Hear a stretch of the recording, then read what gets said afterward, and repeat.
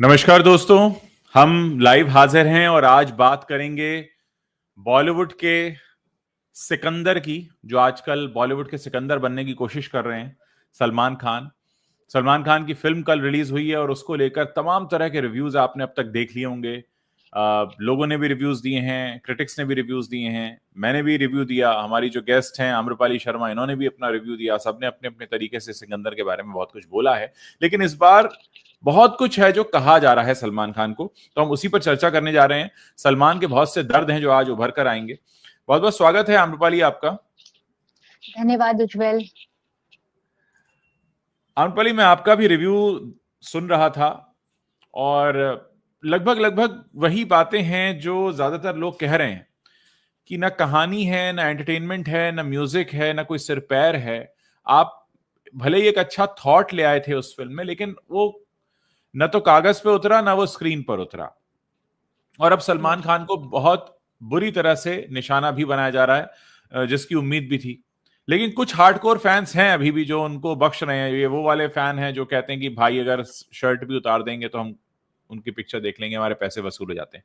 आप किस तरह से देखती हैं सलमान खान की सिकंदर को, खासकर तब जबकि वो इंडस्ट्री में 3 दशक से भी ज्यादा समय से लगभग एक्टिव हैं? उज्जवल, मैंने सलमान खान को कभी भी एक्टर तो नहीं माना, वो हमेशा स्टार ही रहे और बिल्कुल। एक्टिंग के लिए उन्हें कभी नहीं जाना गया। हमेशा उनकी स्क्रीन प्रेजेंस बहुत दमदार होती थी, तो हाँ। स्क्रीन प्रेजेंस और क्यूटनेस में वो निकल जाते थे और हाँ। एंटरटेनर थे, तो उनकी फैन फॉलोइंग थी।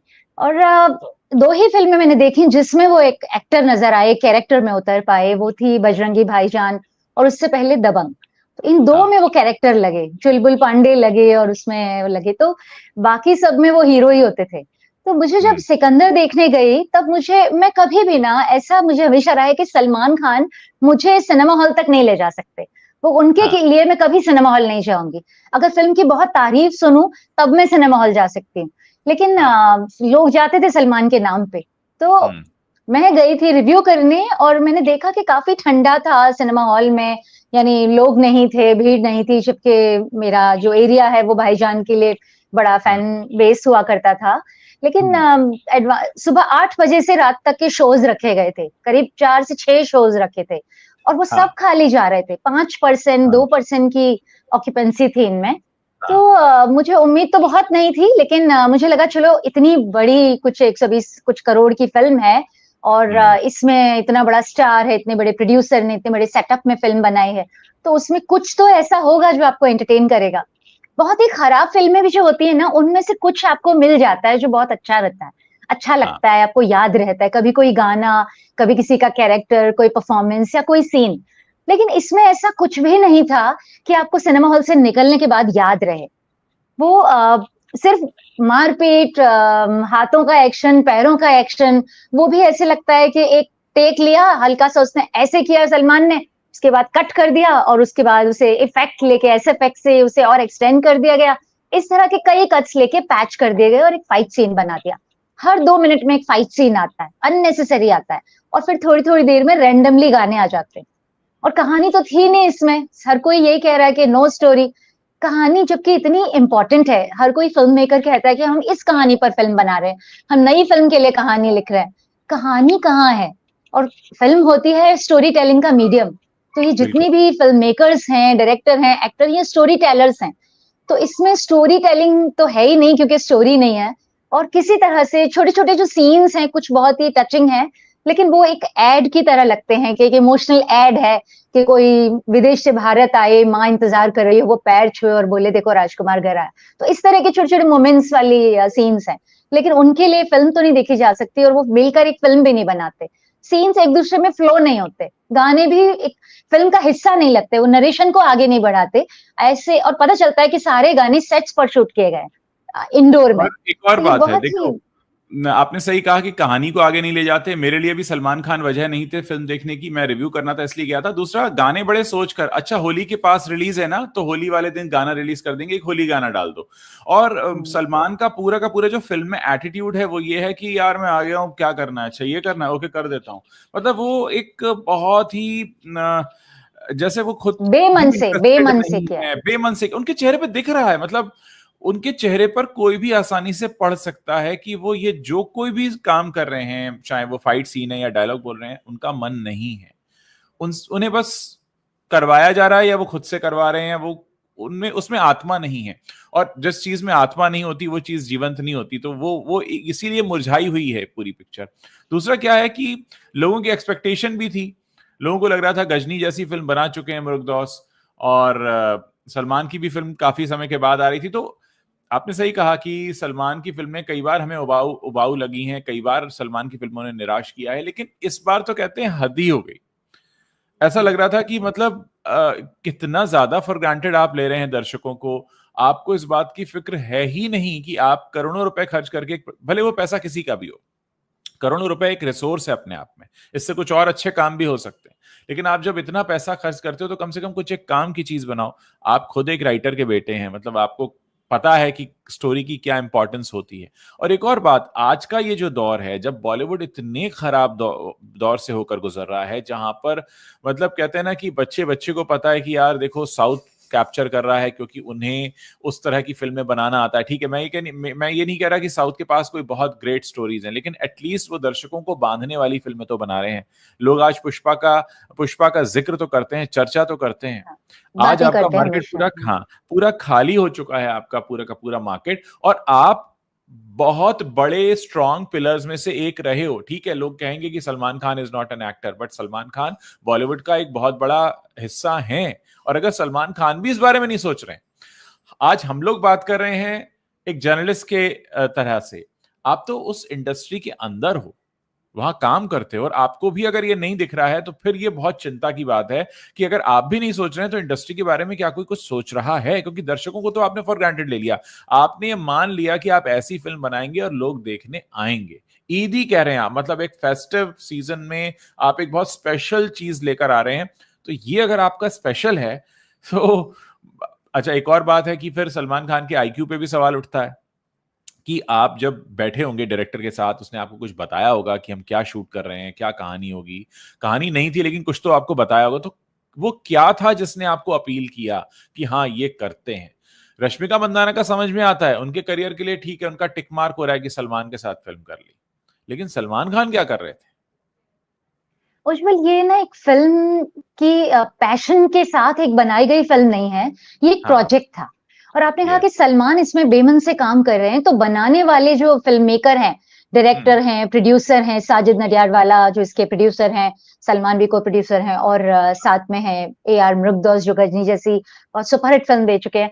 तो ये सारे मिलकर इन्होंने एक प्रोजेक्ट बनाया कि एक फिल्म बनाएंगे, इस तरह का रखेंगे, एक्शन रहेगा, और एक हीरोइन ले लेंगे यंग सी, उसमें कुछ गाने डाल देंगे। और सलमान ने इसे साइन क्यों किया? वो सिर्फ एक वजह है कि साजिद नडियाडवाला की फिल्म है, और साजिद हाँ। ने सलमान को लिया जब उनके मार्केट बहुत डाउन हो रहा था।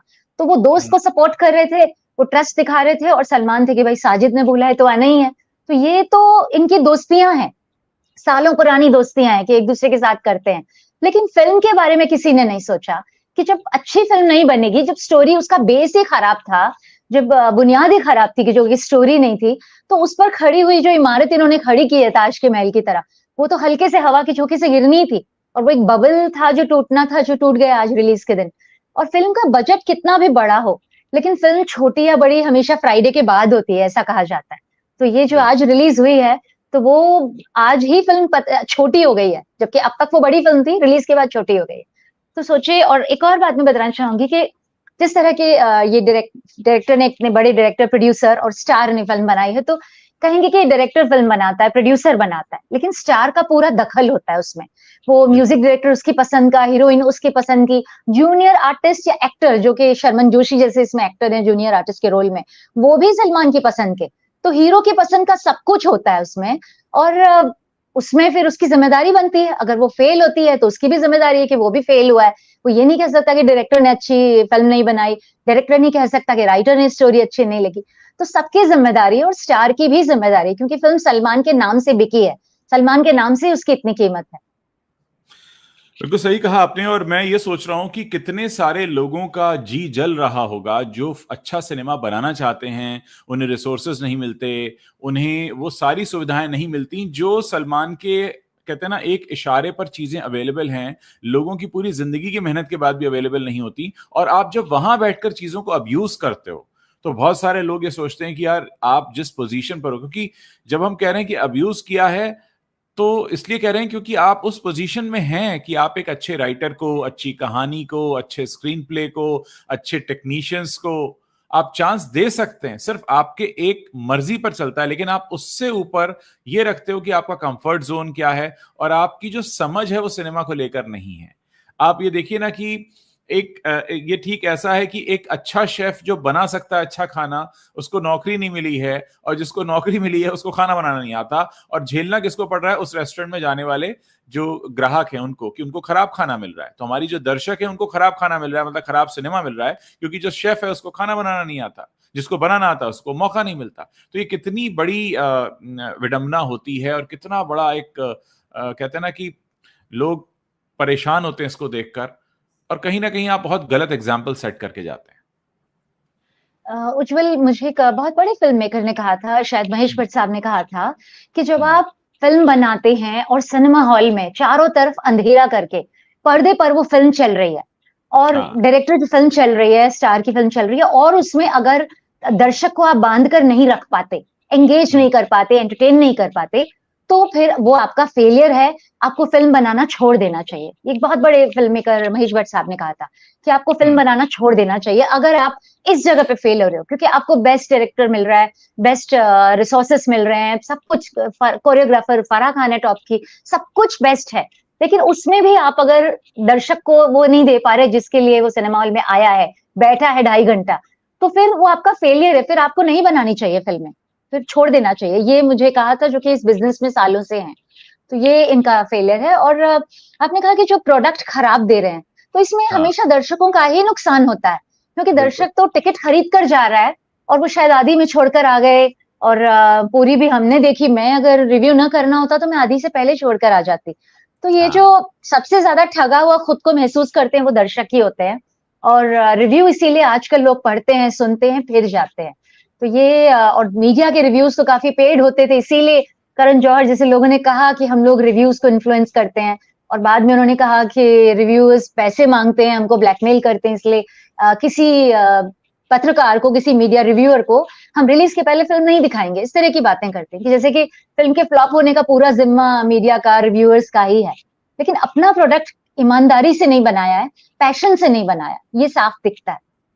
अम्रपाली, यहां पर मैं एक बात कहना चाहूंगा। जैसे मैं आपको देख रहा हूं, आप अपने वीडियोस बनाती हैं, बहुत लगन से बनाती हैं, आपका एक पूरा पैशन दिखता है उसमें, और आपको लगता है कि मेरा वीडियो बहुत अच्छा बने, दर्शक आपको पसंद भी करते हैं, या मैं भी कोशिश करता हूं, और मुझे लगता है कि हमारे आसपास जो लोग बहुत मेहनत से काम करते हैं उन्हें अपने काम से प्यार होता है, वो काम के लिए पैशनेट होते हैं।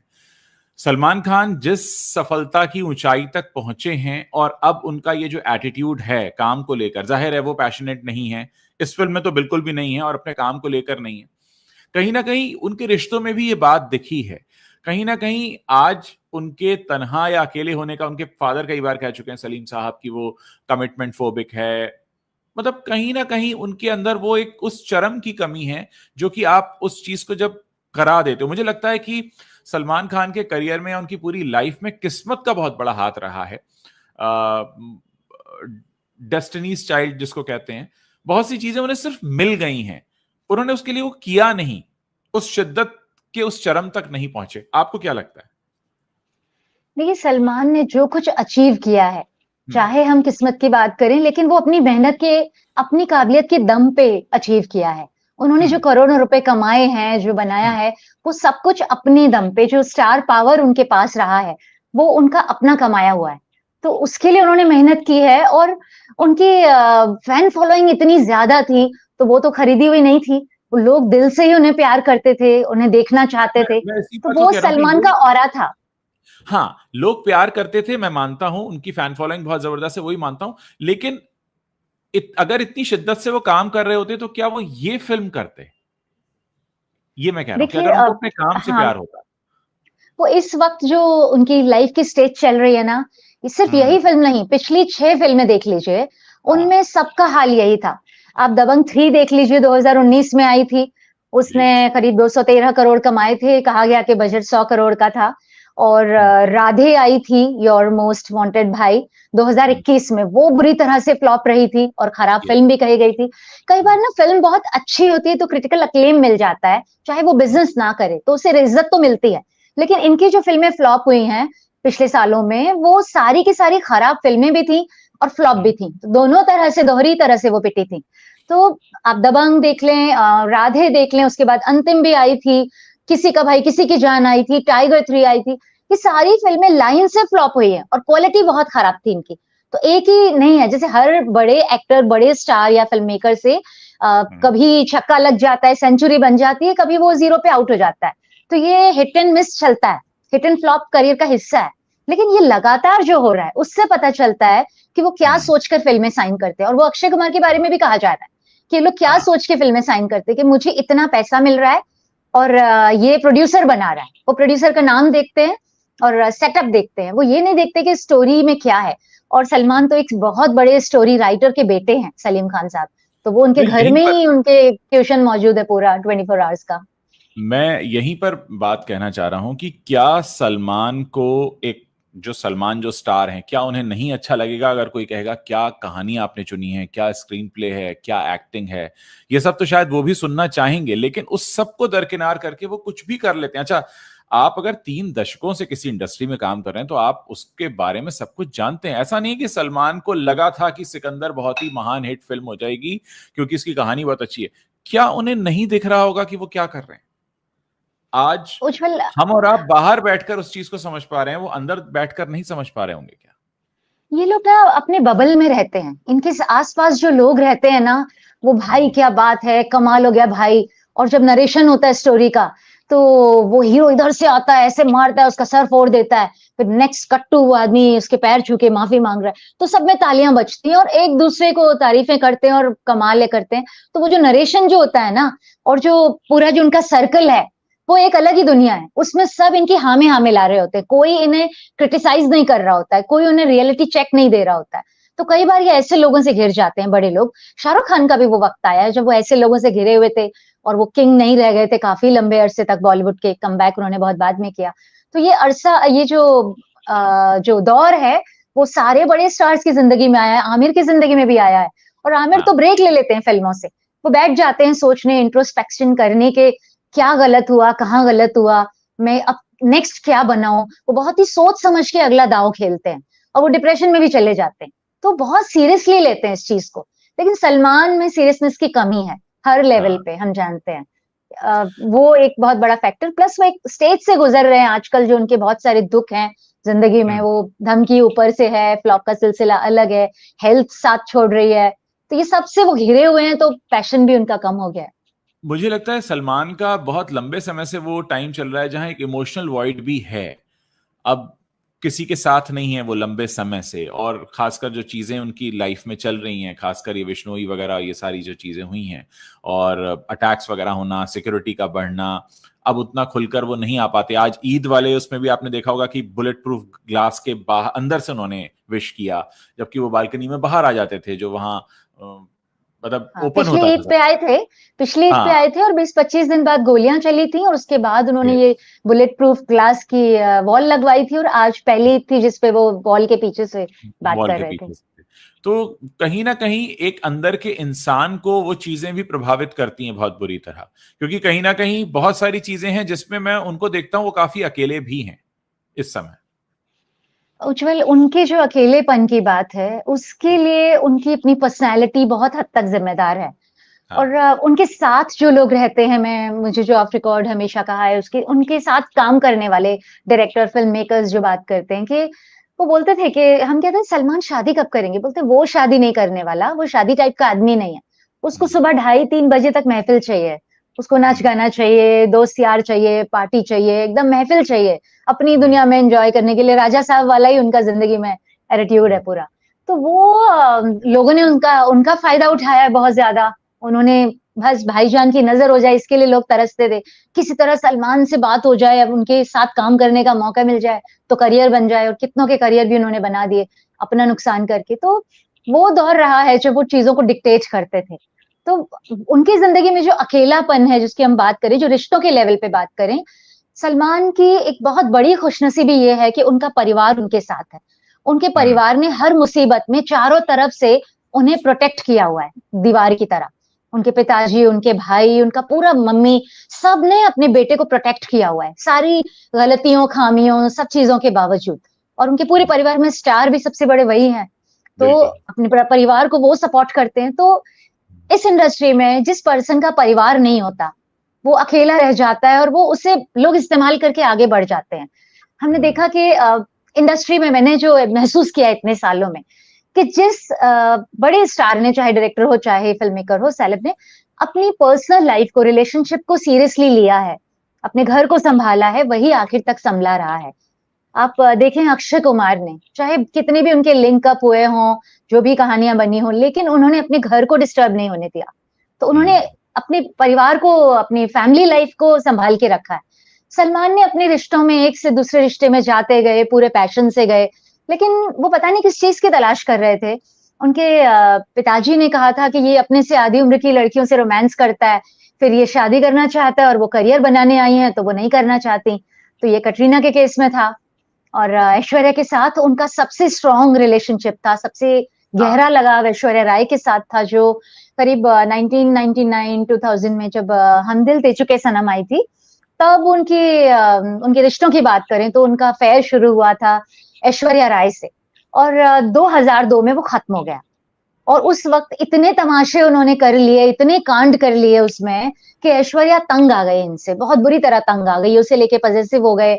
और इन्होंने क्या क्या किया उसकी लिस्ट लें तो ऐश्वर्या ने कभी भी अपने रिश्तों पे बात नहीं की थी, लेकिन इनके कारण एक बार उसने मीडिया में एक प्रेस रिलीज जारी की थी जब मैं स्टार न्यूज में थी, और 2002 की बात है शायद, कि खाकी के सेट पर ऐश्वर्या का एक्सीडेंट हुआ था। तब ऐश्वर्या ने हॉस्पिटल से जब घर आई थी तो सारे मीडिया पब्लिकेशंस को, न्यूज चैनल्स को, न्यूज़पेपर्स को एक फैक्स भेजा था रिलीज के तौर पे कि मैं अपनी जिंदगी में शांति और सुकून चाहती हूँ और अब मैं इसलिए सलमान के साथ कभी भी काम नहीं करूंगी, क्योंकि सलमान ने उसका करियर खराब करके रख दिया था। वो सेट पे जा जाके जो हंगामे करते थे, तमाशे करते थे, चलते चलते के सेट पे भी हुआ था। चलते चलते के सेट पे मुझे बहुत क्लोज बताया गया था, क्योंकि रूमी जाफरी मेरे बहुत क्लोज फ्रेंड हैं और वो चलते चलते के डायलॉग राइटर थे। तो उन्होंने कहा कि रात में शूटिंग शुरू हुई और 2 बजे पैकअप हो गया, 2:30 बजे पैकअप हो गया, क्योंकि 2 बजे सलमान वहां पहुंच गए फिल्म सिटी में और 1-2 दिन की शूटिंग हुई थी। सलमान पहुंच गए कि ऐश्वर्या मेरे साथ गाड़ी में बैठो और चलो। तो ऐश्वर्या तैयार नहीं थी और वो शाहरुख प्रोड्यूसर थे। तो शाहरुख बहुत ही सीरियस प्रोफेशनल प्रोड्यूसर हैं, काम में भी हर तरह से वो बहुत पंक्चुअल, प्रोफेशनल, ऑर्गेनाइज पर्सन है। तो वहां सलमान ने जाके हंगामा कर लिया, अपनी शर्ट फाड़ी, तमाशा किया, तोड़ा फोड़ी की, और तब वो अकेले भी घूमते थे। तब उनके उसके बाद ये नदीम वगैरह सब उनके साथ चिपका दिए गए हैं कि तुम इसे अकेला मत छोड़ना। तो वो वहां पे हंगामा करके फिल्म सिटी में अपनी गाड़ी छोड़ के चल के पैदल बहुत कई किलोमीटर तक आए थे फिल्म सिटी में, और फिर रात में उन्हें रास्ते में एक ऑटो मिला और उससे वो घर पहुंचे थे। तो ये सुबह पूरे मीडिया में फैल गई थी बात, पूरी इंडस्ट्री में फैल गई थी कि रात में सलमान ने हंगामा किया है। तो रूमी ने मुझे बताया था कि जब सलमान ने तमाशा किया और ऐश्वर्या को ले जाने के लिए कहा, तब शूटिंग बंद करनी पड़ी और शाहरुख ने जुहू का शायद गेस्ट लाइन था, उसमें मीटिंग की रात में। तो उसमें अजीज मिर्जा शायद उसके प्रोड्यूसर थे, साथ में को प्रोड्यूसर थे, डायरेक्टर थे और रूमी जाफरी डायलॉग राइटर थे शाहरुख से। तो पूरी टीम ने रात में मीटिंग की करीब 3 बजे और कहा कि ऐसे तो नहीं चलेगा, ये फिल्म नहीं बनेगी, इस तरह से सलमान बनने नहीं देगा। उन्होंने कहा ऐश्वर्या को निकालना पड़ेगा वरना फिल्म बंद हो जाएगी। तो फिर कहा कि ऐश्वर्या से किससे रिप्लेस करें ऐश्वर्या को। तो उन्होंने कंसीडर किया, कभी प्रीति जिंटा को, कभी किसी को। फिर उन्होंने बोला रानी मुखर्जी से हमने कभी गाना कराया है, कभी कुछ स्पेशल अपीयरेंस भी कराया है, चलो उसको एज ए लीड लेते हैं। तब चलते चलते में रानी को लीड बनाया गया, उसकी कुंडली वहां बनी। और जिन जिन फिल्मों से ऐश्वर्या को निकाला गया उस पूरे माहौल में सलमान के कारण, सारी फिल्मों में रानी मुखर्जी को कास्ट कर लिया गया। तो रानी ने ऐश्वर्या को रिप्लेस किया और तभी रानी का करियर बना था। तो ये पूरा ऐश्वर्या का जो एक पीरियड था, एक जो चैप्टर था सलमान की जिंदगी में, वो बहुत ही अनस्टेबल था। उन्होंने इतने बड़े तमाशे किए, ये मौका मिला है तो हम याद कर लें कि मिड डे में खबर आई थी कि सलमान ने रात में ऐश्वर्या के घर के बाहर बहुत ज्यादा हंगामा किया था। सुबह 6 बजे तक वो चिल्लाते रहे थे नशे में, और तब 6 बजे ऐश्वर्या ने उन्हें घर में लिया था। तो ये पूरा तमाशा कर दिया था। तब तो लोगों के पास मोबाइल नहीं थे, वरना रील्स पूरी वायरल हो गई होती। तो हाँ। ये करते थे। तो ऐश्वर्या ने आखिर खाकी के एक्सीडेंट के बाद उनसे अपना दामन छुड़ाया। उससे पहले बहुत ही फेमस इंसिडेंस हुआ था, इनफेमस, कि जो बॉलीवुड में डोमेस्टिक वायलेंस की बात की जाती है, तो ऐश्वर्या हाँ, हाँ। राय के फेस पे बहुत बुरी तरह से सूजन थी, नील पड़ा हुआ था, और उन्हें फिल्म फेयर अवार्ड में जाना था, और उसके पहले सलमान से उनका झगड़ा हुआ था घर पे।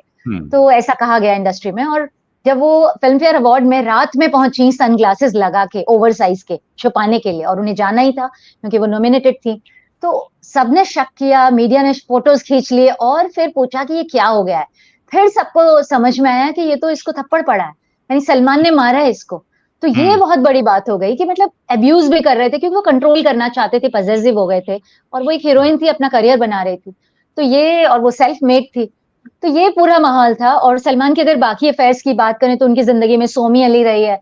नॉन सीरियसनेस की बात करें तो जब संगीता बिजलानी से सलमान की शादी के कार्ड तक छप चुके थे, वो करीब 1994 का साल था, उनकी शादी के कार्ड छप गए थे पहली बार, और आखिरी बार वो शादी के स्टेज तक पहुंचे थे।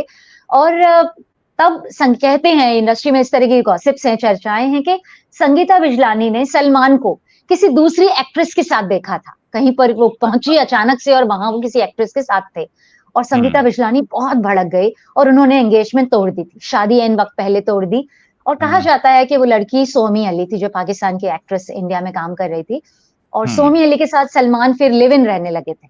तो सलमान की दो स्ट्रॉन्ग अफेयर थे और तीसरा ऐश्वर्या था, और सोमी अली को भी उन्होंने धोखा ही दिया।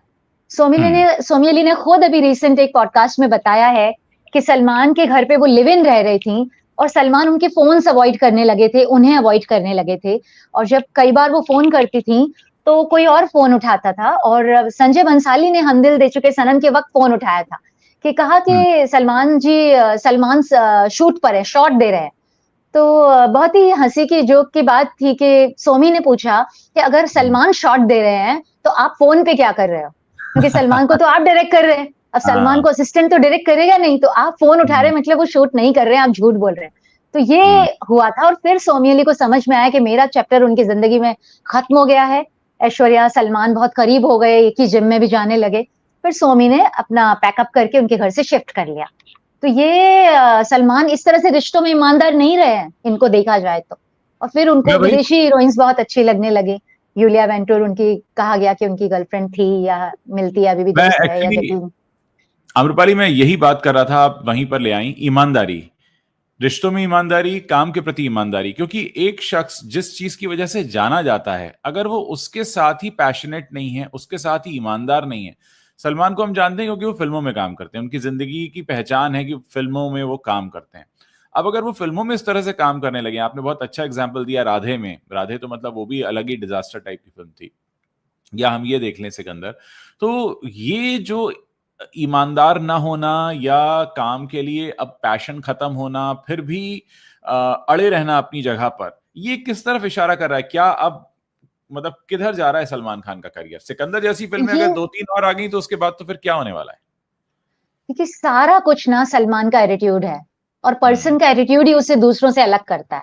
कहते हैं बहुत ही हैंडसम लोग भी चले जाते हैं आके, लेकिन कोई एवरेज लुक्स वाला अजय देवगन जैसा भी रुक जाता है इंडस्ट्री में, और स्टार बन जाता है, क्योंकि एटीट्यूड उसमें होता है, एक अलग किस्म का नजरिया। तो सलमान का जो एटीट्यूड है वो एकदम राजा वाला है, दिलदार राजा वाला है, बादशाह वाला है, हमेशा से वो बादशाह थे।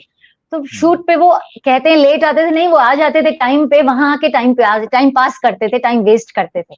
वैनिटी वैन के बाहर टेबल लगा के बैठ के दरबार लगाते थे, बैठते थे सारे उनके दोस्त, और फिर हंसी मजाक होता था। कभी किसी के गाने सुन रहे हैं, खुद गाना सुन रहे हैं, किसी को नचवा रहे हैं, इस तरह का एंटरटेनमेंट उनका चलता था 2-2.5 घंटा। फिर वो लंच करके सो जाते थे, उसके बाद वो शॉट देते थे। तो सलमान की फिल्मों को इसलिए बहुत टाइम लग जाता था शूट होने में। तो ये सलमान का जो एटीट्यूड है ना, इसका एक और एग्जाम्पल दूंगी मैं। एक काफी सालों पहले एक प्रेस कॉन्फ्रेंस हुई, उनकी फिल्म आने वाली थी, और प्रेस कॉन्फ्रेंस में वो 2.5 घंटे लेट आए।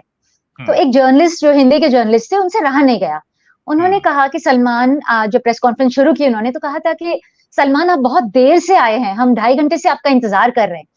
तो सलमान ने जवाब दिया, आप उनका जवाब और एटीट्यूड देखिए। उन्होंने कहा अगली बार मैं और 2 घंटे लेट आऊंगा, बैठे रहना। अब सोचिए, ये जर्नलिस्ट को उन्होंने जवाब दिया और सब खामोश हो गए। शाहरुख अगर उनकी जगह होते, आमिर होते, तो वो माफी मांगते कि मुझे माफ कीजिए, मैं लेट आया हूँ, मैं ट्रैफिक में फंस गया था, ये हो गया। और वो दोनों कभी जानबूझकर लेट नहीं करते, सलमान और आमिर।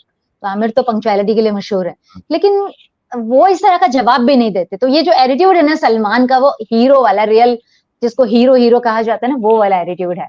और वो उनके रिश्तों में भी दिखा है, उनकी जिंदगी में दिखा है।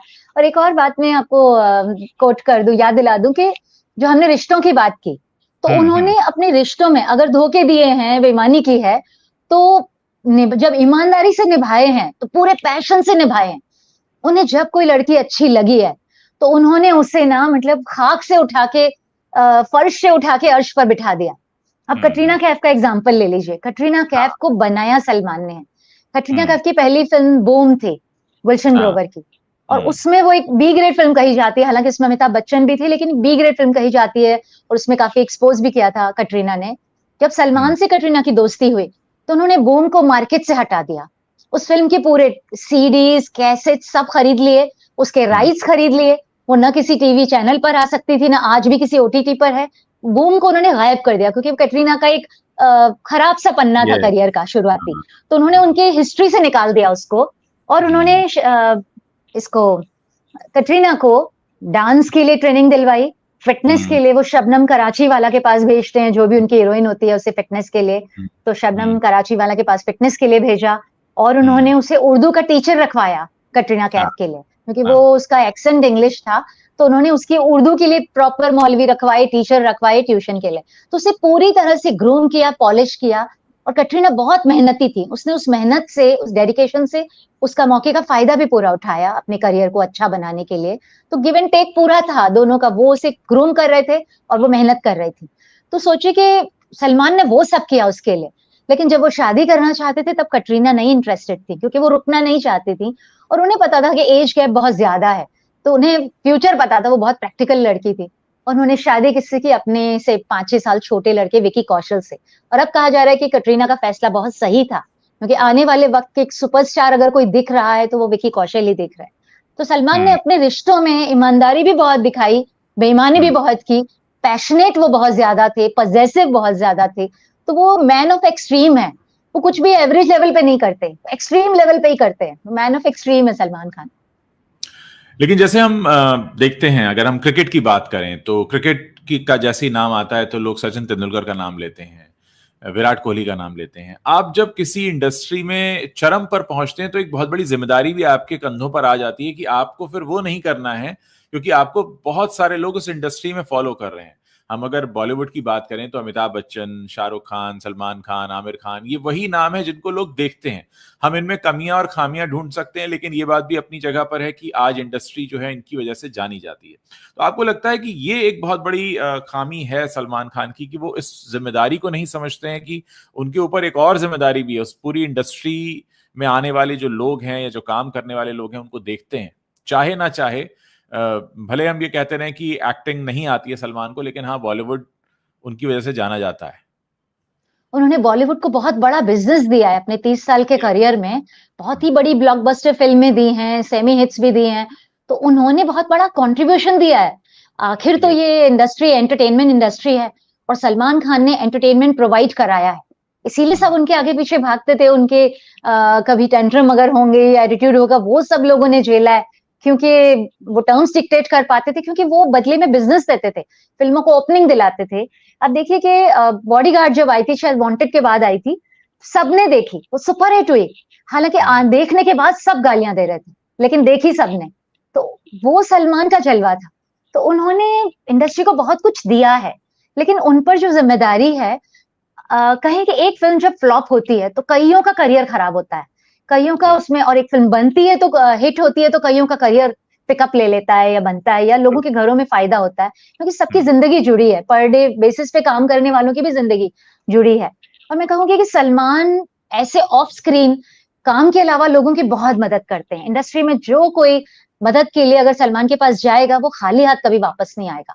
वो अपना नुकसान भी कर लेंगे, लेकिन उसकी मदद जरूर करेंगे। किसी का ऑपरेशन कराना हो, किसी का इलाज कराना हो, किसी को मुसीबत से निकालना हो, वो सबको करते हैं। लेकिन अगर वो किसी से नाराज हो गए तो फिर उसे वो जिंदगी भर माफ नहीं करते, फिर दोबारा उसके लिए उनके पास जगह नहीं है, अगर उन्हें किसी ने हर्ट किया है, जानबूझकर डेलिबरेटली धोखा दिया। तो सलमान के ऊपर जो जिम्मेदारी की बात आपने कही, तो वो लोगों की मदद बहुत करते हैं, लेकिन ये जितने भी स्टार्स हैं बड़े, उनपे वो सारे इन्फ्लुएंसर्स ही हैं। वो उनको बिल्कुल। देखकर लोग बहुत मोटिवेट होते हैं। अब कहते हैं सीखते कि हैं। सलमान खान वो स्टार थे जिन्होंने यूथ को पब से निकाल के, बियर बार से निकाल के, बार से निकाल के जिम्स में भेजा था। लोग यस। जिम्स में जाने लगे थे एक्सरसाइज करने, फिटनेस बनाने, क्योंकि उन्हें सलमान जैसा बनना था। तो सलमान जो करते हैं वो यूथ पे बहुत असर पड़ता है, वो यूथ आइकन थे। लेकिन उन्होंने फिर गैर जिम्मेदाराना जो चीजें की, उनसे निजी जिंदगी में, उनसे उनका इमेज, उनकी रेपुटेशन बहुत खराब हुई। यूथ तो अब बोलता है कि तुम गलत कर रहे हो तो हम भी गलत बनेंगे, हम भी गलत करेंगे। उन्हें उसमें भी हीरोइज्म नजर आता है। संजय दत्त को देख के कितने लोग उनके रोल्स को देख के गुंडे बन गए। कई रील्स हाँ। घूमती हैं ऐसी कि मैं खलनायक हूँ, मैं बबलू जेल से फरार हो जाऊंगा। तो ये बहुत बड़े इन्फ्लुएंसर्स हैं, तो इन पे बहुत बड़ी जिम्मेदारी है समाज में कि ये क्या करते हैं। अगर जैसे एक आम आदमी अगर सड़क पे थूकेगा तो वो खबर नहीं बनेगी, लेकिन अगर ये एक बड़ा स्टार थूकेगा तो वो खबर हाँ। बनती है। उससे जुड़ी हर चीज खबर बनती है, क्योंकि लोगों को फर्क पड़ता है। ये जो फर्क है ना, वो अब शायद उनका फोकस नहीं है। अब वो अपने काम की तरफ, बिजनेस की तरफ भी नहीं देख पा रहे हैं। वो बहुत पर्सनल स्ट्रेस में है, और एक जो सपोर्ट होता है पर्सन का अपनी फैमिली से, जो जीवन साथी से, वो उनके पास नहीं है। परिवार से है, लेकिन जीवन साथी का एक अलग रोल होता है, वो सलमान के पास नहीं है। उनकी इमोशनल लाइफ में स्थायित्व नहीं आया कभी भी, तो वो उन्होंने मैं खोया है। और वही। मैंने कहा तो मुझे एक बार रवीना टंडन ने एक बात कही थी कि देयर इज जी। Right time for everything. तो सलमान ने वो बात नहीं समझी कि राइट टाइम पे राइट चीजें नहीं की उन्होंने, इसलिए आज जो अकेलापन भी है, जो डिप्रेशन भी है उनको, एक मतलब मुझे ऐसा दिखाई देता है, वो सारा उनके काम में झलक रहा है, उनके अपीयरेंस में, बॉडी में। तो वो जो उनकी फिटनेस खराब हो रही है, वो सब स्ट्रेस से शुरू हो रहा है। तो ये सारा उनकी एग्जैक्टली। अपनी चुनाव है जिंदगी के, जिन्होंने किए।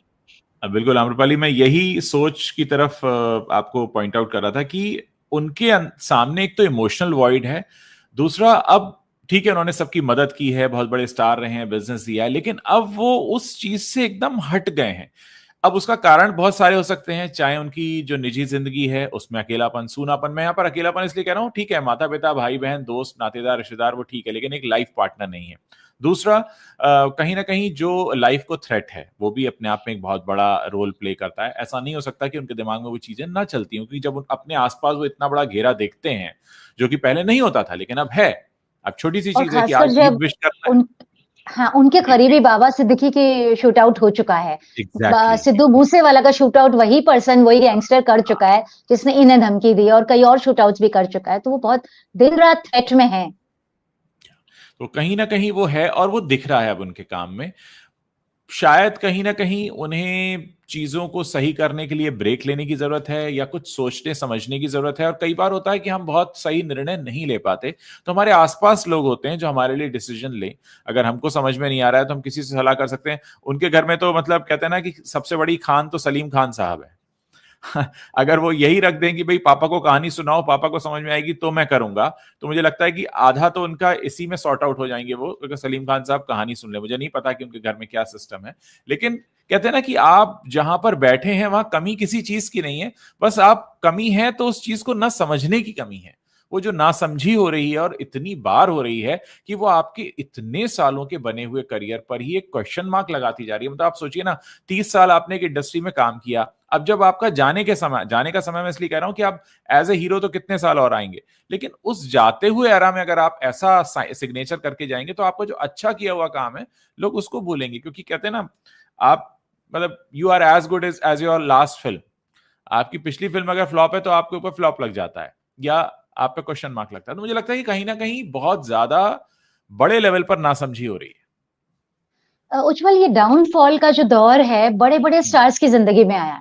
हम हाँ। राजेश खन्ना को ले लें, विनोद खन्ना को ले लें, अमिताभ बच्चन को ले लें।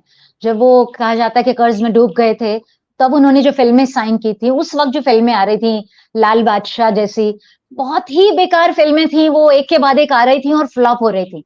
तो इतना बड़ा सुपरस्टार, फिल्में एक के बाद एक फ्लॉप हो रही थी।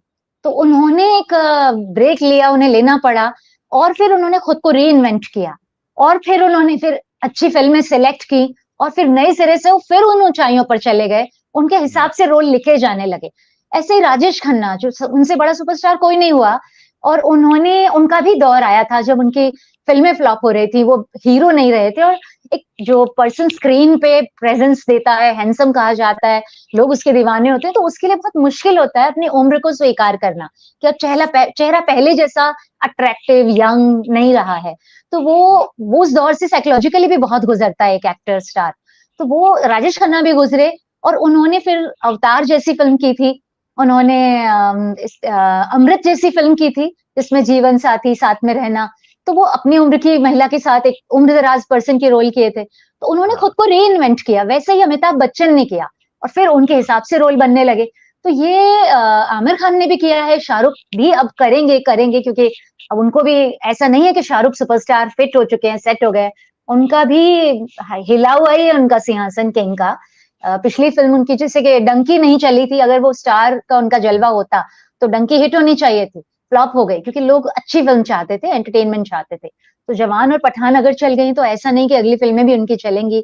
तो ये सारे स्टार्स की जिंदगी में, धर्मेंद्र की जिंदगी में भी आया था, और उन्होंने बहुत ही बी ग्रेड फिल्में साइन कर ली थी। राजेश यस, खन्ना ने भी अपने आखिरी सालों में एक वफा नाम की फिल्म की थी जो बी ग्रेड फिल्म थी, और मिथुन ने काफी भी यही कहा गया किया था था। कि हाँ, मिथुन दा ने मुझे खुद मिले थे जब एक बार बॉम्बे में शूट कर रहे थे, तो मैं 2002 में शायद उनका इंटरव्यू करने गई, तो उन्होंने कहा, मैंने कहा आपने क्यों फिल्मों से ब्रेक लिया था, क्यों छोड़ा था? तो उन्होंने कहा देखो, एक तो रिटायरमेंट प्लान भी था, और उन्होंने ऊटी में अपने होटल्स बनाए। उन्होंने कहा और उससे बड़ा कारण था कि मैंने करीब उस वक्त ना 100 फिल्में ऐसी कर ली थी जिनमें से 80-90 में खुद नहीं देख सकता था। तो उन्होंने कहा कि ये मुझे लगा कि बहुत ही खराब हो रहा है, जब इतनी बकवास फिल्में मैं कर रहा हूँ तो इससे बेहतर है कि जाके कुछ और बिजनेस ही करूं। तो उन्होंने बहुत बड़ा ब्रेक ले लिया, उसके बाद वापस आए तो काम शुरू किया, पॉलिटिक्स में भी आए। तो ये सलमान के लिए स्टेज है। और मैं कहूँ कि सलमान के सबसे बड़े क्रिटिक उनके पिताजी सलीम खान हैं, जो बहुत रियल वर्ल्ड में रहते हैं, रियलिटी में रहते हैं। राइटर्स हमेशा रियलिटी में रहते हैं। तो सलमान के जो पिताजी हैं, वो उन्हें बहुत सही सलाह देते हैं, सही बातें बोलते हैं। वो बिल्कुल कड़वा सच बोलते हैं, खरी खरी बात बोलते हैं। तो हम, उन्हें किसी और की जरूरत ही नहीं है सच सुनने के लिए, उनके मम्मी पापा काफी हैं। वो उन्हें बचाने जाते हैं, हर मुश्किल से निकालते हैं, लेकिन सच बोलते हैं। तो सलमान के लिए तो उसको, उस बात को समझना या तवज्जो देना, मुझे लगता है उन्हें ठहर के सोचना चाहिए। मैं कहूँ कि इस वक्त सलमान की जो स्थिति है कि सेहत उनकी बहुत खराब चल रही है, उनको एक बीमारी भी है जबड़ों की, जिसका वो विदेश में इलाज कराने गए थे, उसमें बहुत दर्द होता है, उसका भी स्ट्रेस है, उसके कारण भी वो एंटी एजिंग ट्रीटमेंट उस तरह से नहीं ले सकते। स्ट्रेस से उनकी सेहत खराब हुई है, उनकी फिटनेस खराब हो गई है, उनका स्टेमिना चला गया है, वेट पुट ऑन हो गया है, और वो सिंगल हैं तो अकेलापन भी है, और उनकी फिल्में फ्लॉप लाइन से होती जा रही, तो वो हर तरह से, चारों तरफ से एक बहुत ही बुरे दौर से गुजर रहे हैं, टोटल ओवरऑल हर लेवल पे अपनी जिंदगी में। तो उन्हें ठहर के बैठ के सोचने की जरूरत है, एक ब्रेक लेने की जरूरत है। और अच्छा एक्टर, अच्छा स्टार कभी भी चुकता नहीं है, वो फिर से सरप्राइज कर देता है लोगों को। तो हो सकता है सलमान अगर खुद को री इन्वेंट करें तो फिर से वो हमें सरप्राइज करेंगे कि किसी अच्छी फिल्म के साथ, अच्छी परफॉर्मेंस के साथ। तो ये उनका दौर है जो हर स्टार की जिंदगी में आया। ऐसा ना लगे कि हम जब उनकी अगली फिल्म देखें कि हाँ, हम एक और वांटेड, एक और दबंग, हम एक और वो देख रहे हैं जो सलमान को हम पहले देख चुके हैं। कुछ नए रंग रूप में वापस आने की जरूरत है, खुद को ब्रेक देने की जरूरत है, और इस बात को समझने की जरूरत है कि अब ये उनके आखिरी हस्ताक्षर हो रहे हैं। अगले 5 साल जो, अगर वो लीड रोल अगले 5 साल भी आते हैं, 65 की उम्र तक अगर वो लीड रोल भी आते हैं, तो ये उनके लास्ट सिग्नेचर्स होंगे। तो वो बहुत अच्छे होने चाहिए जो छाप छोड़कर जाएं। वरना एक चिंता ये होती है ना कि आने वाली नस्ल किसे देखकर सीखेगी, वो भी एक चिंता इंडस्ट्री के तौर पर भी होनी चाहिए। और कहीं ना कहीं हम जब इतना लंबी पारी खेलते हैं तो हम अपने आखिरी ओवर को इतना खराब क्यों खेल कर जाएं, ये भी एक बात है। दूसरा, आम्रपाली, एक और बात हमने जिस पर गौर किया इस पूरे एनालिसिस में, कि कहीं ना कहीं आपकी पर्सनल लाइफ आपकी प्रोफेशनल लाइफ पर असर करती है। कहीं ना कहीं आपके आसपास के लोग बनाते हैं आपकी असल वो दुनिया जिसमें आप फिर रहने लगते हैं। अगर आपके आसपास जो हैं चेले चपाटे जिनको बोलते हैं ना, कि वो वाह वाह करने वाले हैं, तो फिर वो आपको एक ऐसी जगह धकेल देते हैं, वो रियल वर्ल्ड नहीं है, वो उनका बनाई हुई दुनिया। और कहीं ना कहीं सलमान उसका शिकार हो गए। मुझे ना अक्षय कुमार के जो राइट हैंड है राकेश उपाध्याय, उन्होंने एक हाँ, बहुत अच्छी बात कही थी हाँ, कि चाय से ज्यादा गर्म केतली होती है। तो इटली, जो सलमान के आसपास, जो स्टार के आसपास जो लोग रहते हैं, वो बहुत ही गर्मी में रहते हैं कि हम भाई भाई भाई हमारा, और वो उनको ऐसे ही चढ़ाते भी रहते हैं। तो वो उनसे ना अपना डिस्टेंस बनाने की जरूरत है उन्हें, जो भी उन्हें कह रहे हैं कि तुम सही जा रहे हो, सही जा रहे हो। तो ये उन्हें इस वक्त सोचना चाहिए, रियलिटी चेक की बहुत सख्त जरूरत है। और उन्होंने कहा था एक बार कि जिंदगी सिखाती है इंसान को, तो जिंदगी ने उन्हें भी बहुत सिखाया है। उनमें भी पहले की बजाय बहुत मेच्योरिटी आई है। वो पहले बहुत ही इमेच्योर लड़के की तरह रहे हैं, बहुत ज्यादा एज तक, लेकिन अब उनमें एक मेच्योरिटी का स्टेज आया है। तो ये जो फिल्में फ्लॉप होने का दौर है, वो उनके अपने डिसीजंस हैं कि किस तरह की स्क्रिप्ट वो सिलेक्ट कर रहे हैं, वो प्रोजेक्ट सिलेक्ट कर रहे हैं, वो स्क्रिप्ट नहीं सिलेक्ट कर रहे हैं। इसीलिए अगर कोई छोटा फिल्म मेकर, छोटा डायरेक्टर या फर्स्ट टाइमर भी अगर लेकर जाए, तो वो सलमान उसकी फिल्म कास्ट करेंगे क्या? वो सिर्फ रिश्तों के लिए फिल्म करते हैं। अगर शिरीष कुंदर को उन्होंने जाने मन में काम कर लिया था, तो वो फराह खान का रीजन था। साजिद उसे प्रोडक्शन में हेल्प कर रहे थे, फराह खान उसमें थी, के पति थे शिरीष, इसीलिए उन्हें पहले ही फिल्म में एक वीडियो एडिटर को सलमान खान मिल गए थे। लेकिन एक अच्छा डिजर्विंग स्टोरी लेकर कोई जाएगा, अच्छा प्रोड्यूसर, तो क्या वो उसकी फिल्म साइन करेंगे? हो सकता है वो ना भी करें। जैसे, और इसका जब उन्होंने ऐसा किया है, जैसे अभिनव कश्यप को उन्होंने ब्रेक दिया था दबंग में, तो उन्हें दबंग मिली थी। तो उनको टैलेंट को पहचानना भी है इस वक्त के, मुझे किसके साथ काम करना है, किसके साथ नहीं करना है। और एक और बात मैं कहना चाहूंगी कि सलमान ने जब अपने उनको एक्टर, अगर अच्छे डायरेक्टर को वो खुद को सरेंडर करें, तो वो एक बहुत बेहतर एक्टर बन के भी उभरे हैं, निकल के आए हैं। दबंग के चुलबुल पांडे को हम कभी नहीं भूल पाएंगे। तो सलमान जो, और ये नहीं है कि कोई भी एक्टर ना, एक्टिंग कला एक ऐसी चीज है ना जिससे इंसान कभी भी रिटायर नहीं होता, वो बहुत लंबे अरसे तक कर सकता है काम। तो इंडस्ट्री में कई, अमित जी देखिए 87 कुछ एज है उनकी, और अभी भी वो सबसे ज्यादा बिजी एक्टर हैं। उनके बेटे के पास भी काम नहीं है, वो उनके पास तो इतना काम है कि वो साल के सबसे बड़े टैक्स पेयर बन गए हैं बॉलीवुड के, अमिताभ बच्चन। तो ये एज का इसमें कोई इफेक्ट नहीं है, उनकी भी एज बड़ी है, वो फिर भी उन्हें लोग पसंद कर रहे हैं देखना। वो निशब्द जैसी फिल्म में एक 16 साल की लड़की के साथ लोगों ने उन्हें देखा, तो वो एक्सपेरिमेंट अगर करे। और मैं एक बहुत बात कहना चाहूंगी जो मैं अभी भूल गई थी बीच में, कि सलमान जिस तरह से फिल्मों का सिलेक्शन करते हैं, उसकी जैसे सारे लोग फिल्म को सिलेक्ट करते हैं, सारे स्टार्स, उसमें हम देखें अक्षय कुमार, आमिर खान, शाहरुख खान, सलमान, ये लोग जिनके पास ऑप्शंस हैं फिल्म सिलेक्ट करने के। तो अक्षय कुमार किस तरह से सिलेक्ट कर रहे हैं कि पैसा कितना मिल रहा है। अक्षय कुमार ने बहुत पहले भी एक बार इंटरव्यू में कह दिया था कि जब मुझे डायरेक्टर कहता है कि फिल्म की कहानी लंदन से शुरू होती है, तो मैं आगे कहानी नहीं सुनता, फिल्म साइन कर लेता हूँ। तो ये उनका क्राइटेरिया था। आमिर खान बहुत ही सोच समझ के फिल्में साइन करते थे हमेशा। उन्होंने कई डायरेक्टर्स के साथ पहली और आखिरी फिल्म की, और वो सुपरहिट थी। सरफरोश उन्होंने जॉन मैथ्यू मथान के साथ की थी, उसके बाद उन्होंने उसके साथ कभी फिल्म नहीं की, और वो सुपरहिट फिल्म थी। और जॉन मैथ्यू ने भी उसके बाद कभी कोई सुपरहिट फिल्म नहीं दी। तो वो एक प्रोजेक्ट लेकर आए, आमिर को जमा, और उन्होंने किया। राम गोपाल वर्मा के साथ आमिर खान ने रंगीला की, उसके बाद उनके साथ कभी काम नहीं किया। रामू ने कहा कि मैं इसके साथ काम नहीं करूंगा, आमिर ने कहा कि वो मेरी खुशनसीबी है कि वो मेरे साथ काम नहीं करेंगे, मैं भी उनके साथ काम नहीं करूंगा। लेकिन एक फिल्म थी रंगीला जो कल्ट फिल्म बन गई। महेश भट्ट के साथ उन्होंने फिल्म की थी दिल है के मानता नहीं, उसके बाद उन्होंने शायद कोई फिल्म नहीं की उनके साथ। तो आमिर खान एक अच्छी स्क्रिप्ट देखते हैं, अच्छा फिल्म एक स्टोरी टेलर देखते हैं, तो वो उनका सिलेक्शन ऐसा होता है। वो ये नहीं देखते कि कितने करोड़ मुझे मिल रहे हैं या फिल्म लंदन में शूट हो रही है कहाँ। तो ये सिलेक्शन का वो है। और शाहरुख खान तो खुद ही प्रोड्यूसर बनते हैं आजकल ज्यादातर अपनी फिल्मों के, या यशराज के साथ काम करते हैं। तो ये फिल्मों का सिलेक्शन इन सबका क्राइटेरिया है। हाँ, वही है ना, आप जो लेने जाएंगे आप वही लेकर आएंगे। आपकी जो नजर में होगा आप वहीं पर आपकी नजर टिकेगी। अक्षय को पैसा दिखता है तो वो पैसे की वजह से साल में 4 फिल्में कर लेते हैं। खैर, हमारा जो डिस्कशन रहा आम्रपाली, ये बहुत ही, मुझे लगता है कि हमारे ऑडियंस ने भी बहुत एंजॉय किया। हमने हर एस्पेक्ट से सलमान खान के पर्सनालिटी को डिस्कस किया, चाहे वो उनकी पर्सनल इमोशनल लाइफ हो या उनका एटीट्यूड रहा हो शुरुआती दिनों में, अब के दिनों में क्या गलतियां वो कर रहे हैं, क्या चीजें जो उन्हें परेशान कर रही है, उन्हें क्या करना चाहिए। मुझे लगता है बहुत ही न्यूट्रल तरीके से हमने इस डिस्कशन को लिया है। हमारे कुछ दर्शक अगर सवाल पूछना चाहते हैं तो पूछ सकते हैं, नहीं तो मेरे हिसाब से हम काफी कुछ चीजें सलमान के बारे में कवर कर चुके हैं। खासकर सिकंदर जैसी फिल्म देखने के बाद जो डिस्कशन होना चाहिए था उनके करियर या उनके ओवरऑल पर्सनैलिटी के बारे में हमने किया है काफी डिटेल में। अगर कुछ दर्शक हैं जो पूछना चाहते हैं वो पूछ सकते हैं कोई सवाल, अगर वो कुछ कहना चाहते हैं। हालांकि मैंने बहुत सारे दर्शकों के कॉमेंट्स बीच बीच में शेयर किए हैं। बहुत सारे लोगों का कहना है कि सलमान को ब्रेक लेना चाहिए। हमारी एक दर्शक है, उन्होंने कहा कि उनको ब्रेक लेना चाहिए, इस समय ब्रेक तो बनता है। अगर और कोई दर्शक हैं, कुछ कहना चाहते हैं, पूछना चाहते हैं आम्रपाली, आपके भी कई सारे उज्जवल, ऐसे दर्शक हैं। मैं आपको एक बात इस हाँ, मौके पे बताना चाहूंगी हाँ, जब हम दोनों बिल्कुल। बैठे हैं, क्योंकि हाँ, मैंने अपने चैनल पे 2 वीडियोस बनाए थे अच्छा, सलमान खान के पुण्यों के बारे में, और मुझे अच्छा, बहुत ट्रोल किया, मेरे दर्शकों ने बहुत ट्रोल किया। हाँ, हाँ, और मैंने उसमें कहा था कि जर्नलिस्ट का फर्ज है कि वो सच बताए, अब वो चाहे काला हो चाहे सफेद हो। तो जब वो अपराध करते हैं या आपराधिक घटना में शामिल होते हैं, उन पर इल्जाम लगते हैं, आरोप लगते हैं, केस चलते हैं, तो वो भी बताते हैं।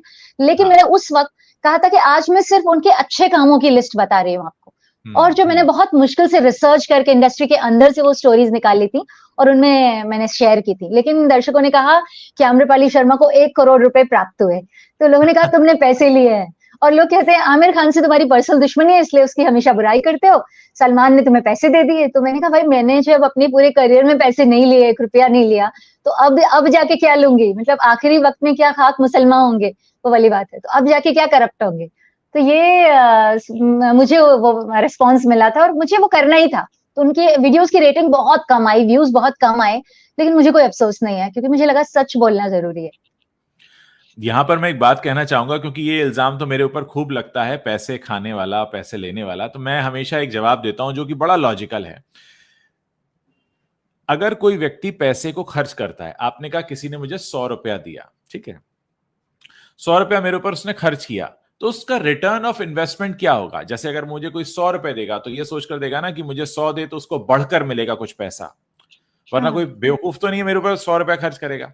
तो आप दर्शक जितने भी इस बात को सोचते हैं, मेरे बारे में नहीं, किसी भी यूट्यूबर, किसी भी जर्नलिस्ट, किसी के भी बारे में जब आप सोचते हैं कि उसने पैसा लिया है, तो साथ में ये भी सोचिए कि पैसा जब दिया होगा तो उसका रिटर्न उसे कैसे मिलेगा। आज यूट्यूब पर अगर आप किसी से प्रमोशनल वीडियो करा रहे हैं, आपका कोई प्रमोशन हो रहा है, तो बात समझ में आती है कि आपने कुछ प्रमोट कर दिया। अगर कोई शख्स किसी के बारे में कोई ऐसी बात कर रहा है, आपको लगता है कि पैसा देकर कर रहा है, तो उसको रिटर्न मिल रहा होगा ना कहीं से। क्या यूट्यूब के वीडियोस में इतनी ताकत है कि आप वीडियो कराएं और उसकी वजह से आपको कहीं से रिटर्न मनी मिलने लगे?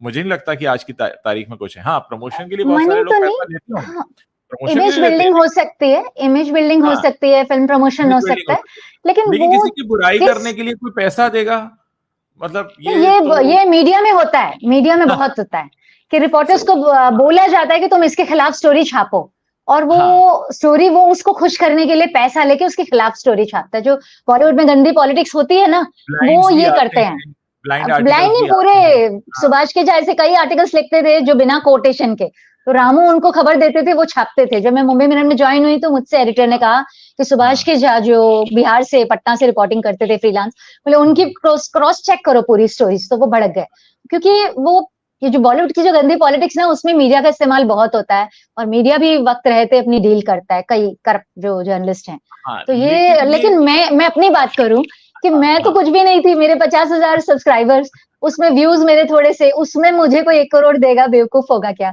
मैंने कहा जरा अगर देना होगा तो उसको देगा जिसके मिलियंस में सब्सक्राइबर्स और व्यूज हैं। बिल्कुल। तो वो ध्रुव राठी से प्रमोशन कराएंगे अपना, उसको देंगे भाई, मेरे को क्यों देंगे, मैं क्या चीज हूँ। तो ये इल्जाम लगाने के और पहले भी लोगों को सोचना चाहिए। इसमें भी समझने की चीज है कि प्रमोशन के लिए लोग पैसा लेते हैं कि हम आपकी तारीफ करेंगे, हम आपसे पैसा ले रहे हैं, लेते हैं, बहुत सारे लोग पैसा लेते हैं। लेकिन फलां को गाली दे देना और किसी यूट्यूबर को पैसे दे देना, आप खुद सोचिए कि उसको क्या डायरेक्ट मनी कैसे उसके पास रिटर्न आएगी। 100 रुपया भी खर्च करेगा तो कैसे उसके पास वापस कैसे आएगा वो पैसा? रिटर्न ऑफ इन्वेस्टमेंट तो सोचा करिए। और उज्जवल उज्जवल, हम्म, ये जो रिटर्न ऑफ इन्वेस्टमेंट है ना, ये इन्वेस्टमेंट उनको काइंड में मिलता है, इनको हाँ, मजा आता है, सैडिस्टिक प्लेजर मिलता है किसी का नाम हाँ, खराब करने में। जो हाँ, बॉलीवुड के अंदर की पॉलिटिक्स है ना, बहुत गंदी, वो एक दूसरे के बारे में छपवाते हैं जर्नलिस्टों को बोल के। मैं आपको एक बहुत एक्सक्लूसिव एग्जांपल स्टोरी देती हूँ। हम्म, आप सुनना चाहेंगे वो एग्जांपल कि किस तरह बिल्कुल, से बिल्कुल, बिल्कुल, बिल्कुल, इमेज बिल्कुल, बिल्कुल। जर्नलिस्ट हाँ, मीडिया के थ्रू हाँ, खराब कराई जाती है। बिल्कुल, बिल्कुल। अ, जब काफी करीब, मैं भूल गई कौन सा साल था, 2009 या 9 था, 9 या 10 की बात होगी। हाँ, स्टार प्लस चैनल महाभारत बना रहा था, उन्होंने घोषणा कर दी थी, बॉबी बेदी उसे प्रोड्यूस कर रहे थे बहुत बड़े लेवल पे। तो हाँ, एकता कपूर ने भी अनाउंस कर दिया कि मैं भी महाभारत बनाऊंगी। अब वो जल्दी हम्म, जल्दी बनाने वाली थी, तो हम्म, स्टार स्ट्रेस में आ गया, और स्टार ने डॉक्टर चंद्र प्रकाश द्विवेदी को हायर किया था पूरे हाँ, हाँ, प्रोजेक्ट के लिए। और हाँ, डॉक्टर चंद्र प्रकाश द्विवेदी बहुत ही क्रेडिबल नाम है, क्योंकि उन्होंने चाणक्य जैसे सीरियल बनाया था, और वो मेरे बहुत क्लोज फ्रेंड है, वो फ्रेंड हम्म, फिलोसोफर गाइड है मेरे। और वो मेडिकल वाले डॉक्टर हैं, तो वो कहते हैं बीमार हो तो आधी रात को 2 बजे भी फोन करना। वो मेरे बहुत मतलब अच्छे वेल विशर हैं, बहुत क्लोज हैं इतने सालों में लगातार। तो उन्होंने उनका नाम था कि वो स्टार के लिए डायरेक्ट करने वाले महाभारत, और एकता कपूर अलग बना रही है, तो कंपटीशन स्टार और एकता में। तो और स्टार का और एकता का वैसे ही लड़ाई चल रही थी, क्योंकि उनका कॉन्ट्रैक्ट खत्म कर दिया था स्टार ने, जब एकता पूरे सीरियल्स बनाया करती थी स्टार इंडिया के लिए। तो वो अब उसके क्योंकि फ्लॉप होने लगे थे सीरियल धीरे धीरे कई सालों बाद, तो वो स्टेज में एक रिपोर्ट छपी, एक स्टोरी बहुत बड़े पब्लिकेशन में छपी, मुंबई मिरर में। Mumbai mirror times of India का टैब्लॉइड था, कि उसमें के चंद्र प्रकाश द्विवेदी ने स्टार इंडिया का महाभारत छोड़कर एकता कपूर को ज्वाइन कर लिया, ये खबर छपी। अब वो इतने परेशान, और मुंबई मिरर में खबर छपना बहुत बड़ी बात थी, वो नाम खराब होना था पूरा। तो उन्होंने उस रिपोर्टर को फोन किया कि भाई तूने क्यों छापी ये रिपोर्ट? तो उसने कहा भाई एकता कपूर के लिए करना पड़ता है। तो अब ये करना पड़ता है जो वर्ड है ना, ये केआरके ने भी यूज किया था कि मुझे करण जौहर के लिए करना पड़ता है। तो ये जब कोई जर्नलिस्ट ये यूज करे के करना पड़ता है, तो वो फ्री में नहीं किया है, कुछ फेवर मिठाई दी गई है। तो वो ये इस लेवल पे गिर के काम होता है। तो ये मीडिया में पैसे देकर किया गया ना, ये खबर छपवाई गई। और ऐसे कई, रामू भी ऐसे करते थे, उनके परिचित जो क्लोज जर्नलिस्ट फ्रेंड थे, वो मनोज वाजपेयी के बारे में कीचड़ उछाल रहे हैं, कभी वो किसी के बारे में उल्टा छाप रहे हैं। तो उनके मजे होते हैं, उनका सैडिस्टिक प्लेजर होता है, वो उनके पास उतना पैसा होता है टाइम पास के लिए। तो हाँ, यूट्यूब से अगर वो केआरके से किसी की बुराई करें तो शायद फर्क पड़े, जिनके मिलियंस में व्यूज हैं। जैसे आपके चैनल को पूरा बॉलीवुड देखता है, पूरा रिएक्ट करता है, तो अगर आपको कोई दे तो समझ में भी आता है, लेकिन मुझे कोई क्यों देगा? मेरे से तो जितना इंटरेक्शन बॉलीवुड वालों का पहले होता था जब मैं चैनल्स में था, अब तो उससे भी कम हो चुका है, क्योंकि सबको मालूम है कि मैं यहाँ पर इतनी खरी खरी बोलता हूँ कि उसके बाद तो मेरी खरी खरी सुनने के बाद थोड़ा दूर भागते हैं। और स्थिति ये बनती है कि उनको पता है कि यार इससे बात मत करो, वरना ये कुछ ना कुछ और ही करेगा। मुझे फिल्म मेकर्स बोलते हैं, मेरे फ्रेंड्स जो फिल्म मेकर्स हैं, प्रोड्यूसर्स है, कि उज्जवल बड़ी बुराई करता है बॉलीवुड की, देखो बहुत बुराई करता है। तो बोलते नहीं तुम ठीक हो, तुम बैलेंस करते हो, वो बहुत बुराई करता है।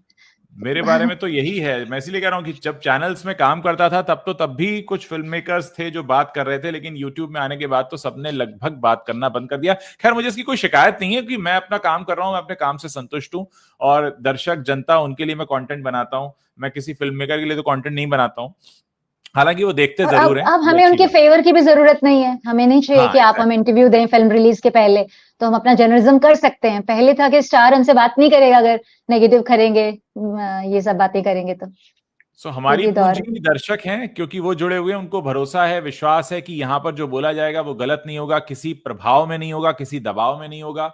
हद से हद क्या होगा कि आपको कुछ कड़वी बातें सुनने को कई बार मिल जाती हैं आपके फेवरेट स्टार्स के बारे में, तो आप लोग मुझे उल्टा सुना देते हैं कि भाई तुम ऐसा क्यों बोल रहे हो, फलां के बारे में हमारा फेवरेट है। मैं हमेशा कहता हूं मेरा कोई फेवरेट नहीं है, क्योंकि यहां पर अगर मैं फेवरेट लेकर बैठूंगा तो फिर मैं ना कंटेंट बना सकता हूं, ना वीडियो बना सकता हूं, कुछ भी नहीं कर सकता हूं। कोशिश ये होती है कि हम जो बातें हैं उनको बड़ा खरा खरा आपके सामने रखें। बहुत बहुत शुक्रिया आम्रपाली, आप हमेशा यहाँ पर आकर अपने बिल्कुल अंदर के राज, सीक्रेट, आपके साथ पुरानी कुछ बातें, अपने अनुभव, एक्सपीरियंस आप जो शेयर करती हैं, बहुत अच्छा लगता है। यहाँ पर लोगों को बड़ा कैजुअल हमारी बातचीत होती है, कोई फॉर्मल बातचीत भी नहीं होती, और मेरे लिए पर्सनली बड़ा अच्छा अनुभव रहता है आपके साथ इस तरह से इंटरेक्ट करना।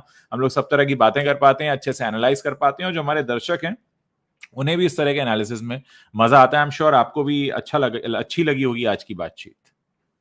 मुझे लगता है जैसे हम कॉफी शॉप में बैठ के कॉफी पे बात कर रहे हैं, सब हम गप्पे मार रहे हैं, मुझे तो ऐसा लगता है। बिल्कुल, बहुत बहुत शुक्रिया आम्रपाली हमें ज्वाइन करने के लिए। Thank you. शुक्रिया, थैंक यू।